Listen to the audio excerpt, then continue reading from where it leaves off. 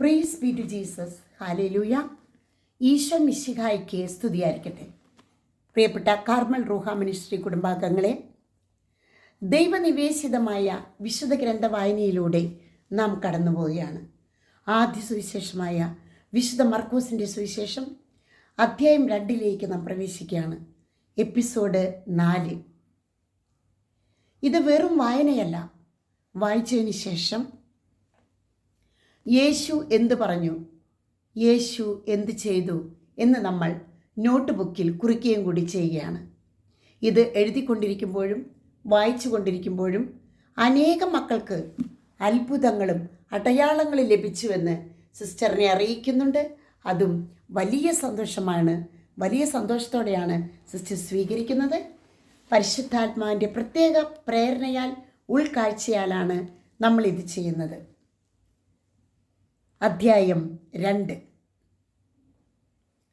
തളർവാദ രോഗിയെ സുഖപ്പെടുത്തുന്നു.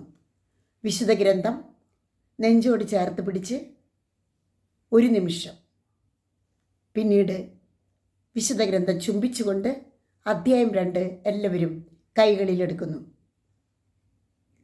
കുറേ ദിവസങ്ങൾ കഴിഞ്ഞ് യേശു കഫർനാമിൽ തിരിച്ചെത്തിയപ്പോൾ അവൻ വീട്ടിലുണ്ട് എന്ന വാർത്ത പ്രചരിച്ചു. വാതിൽക്കൽ പോലും നിൽക്കാൻ സ്ഥലം തികയാത്ത വിധം നിരവധി ആളുകൾ അവിടെ കൂടി. അവൻ അവരോട് വചനം പ്രസംഗിച്ചു കൊണ്ടിരുന്നു. അപ്പോൾ 4 പേർ ഒരു തളർവാദ രോഗി എടുത്തുകൊണ്ടുവന്നു. ജനക്കൂട്ട നിമിത്തം അവൻ്റെ അടുത്തെത്താൻ അവർക്ക് കഴിഞ്ഞില്ല. അതിനാൽ അവനിരുന്ന സ്ഥലത്തിൻ്റെ മേൽക്കൂര പൊളിച്ച് തളർവാദ രോഗിയെ അവർ കിടക്കയോടെ താഴോട്ടിറക്കി. അവരുടെ വിശ്വാസം കണ്ട് യേശു തളർവാദ രോഗിയോട് പറഞ്ഞു, മകനെ, നിന്റെ പാപങ്ങൾ ക്ഷമിക്കപ്പെട്ടിരിക്കുന്നു. നിയമജ്ഞരിൽ ചിലർ അവിടെ ഇരിപ്പുണ്ടായിരുന്നു. അവർ ചിന്തിച്ചു, എന്തുകൊണ്ടാണ് ഇവൻ ഇപ്രകാരം സംസാരിക്കുന്നത്? ഇവൻ ദൈവദൂഷണം പറയുന്നു. ദൈവത്തിനല്ലാതെ മറ്റാർക്കാണ് പാപം ക്ഷമിക്കാൻ സാധിക്കുക? അവർ ഇപ്രകാരം വിചാരിക്കുന്നുവെന്ന് മനസ്സിലാക്കി യേശു അവരോട് ചോദിച്ചു, എന്തുകൊണ്ടാണ് നിങ്ങളിങ്ങനെ ചിന്തിക്കുന്നത്? ഏതാണ് എളുപ്പം, തളർവാദ രോഗിയോട് നിന്റെ പാപങ്ങൾ ക്ഷമിക്കപ്പെട്ടിരിക്കുന്നു എന്ന് പറയുന്നതോ, എഴുന്നേറ്റ് നിന്റെ കിടക്കയും എടുത്ത് നടക്കുക എന്ന് പറയുന്നതോ? എന്നാൽ ഭൂമിയിൽ പാപങ്ങൾ ക്ഷമിക്കാൻ മനുഷ്യപുത്രന് അധികാരമുണ്ടെന്ന് നിങ്ങളറിയേണ്ടതിന് അവൻ തളർവാദ രോഗിയോട് പറഞ്ഞു, ഞാൻ നിന്നോട് പറയുന്നു, എഴുന്നേറ്റ് നിന്റെ കിടക്കയും എടുത്ത് വീട്ടിലേക്ക് പോവുക. തൽക്ഷണം അവൻ എഴുന്നേറ്റ് കിടക്കയും എടുത്ത് എല്ലാവരും കാണുകയെ പുറത്തേക്ക് പോയി. എല്ലാവരും വിസ്മയിച്ചു.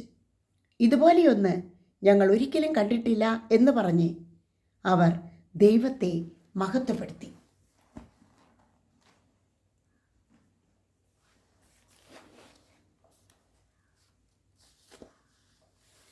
അധ്യായം 2 യേശു എന്ത് പറയുന്നു, യേശു എന്ത് ചെയ്തു എന്ന് നമുക്ക് എഴുതി വയ്ക്കാം. 2:3 യേശു എന്ത് ചെയ്തു? യേശു അവിടെ വചനം പ്രസംഗിച്ചു കൊണ്ടിരുന്നു. 2:5 യേശു എന്ത് പറഞ്ഞു? മകനെ, നിന്റെ പാപങ്ങൾ ക്ഷമിക്കപ്പെട്ടിരിക്കുന്നു. 2:9 യേശു എന്ത് പറഞ്ഞു? എന്തുകൊണ്ടാണ് നിങ്ങളിങ്ങനെ ചിന്തിക്കുന്നത്?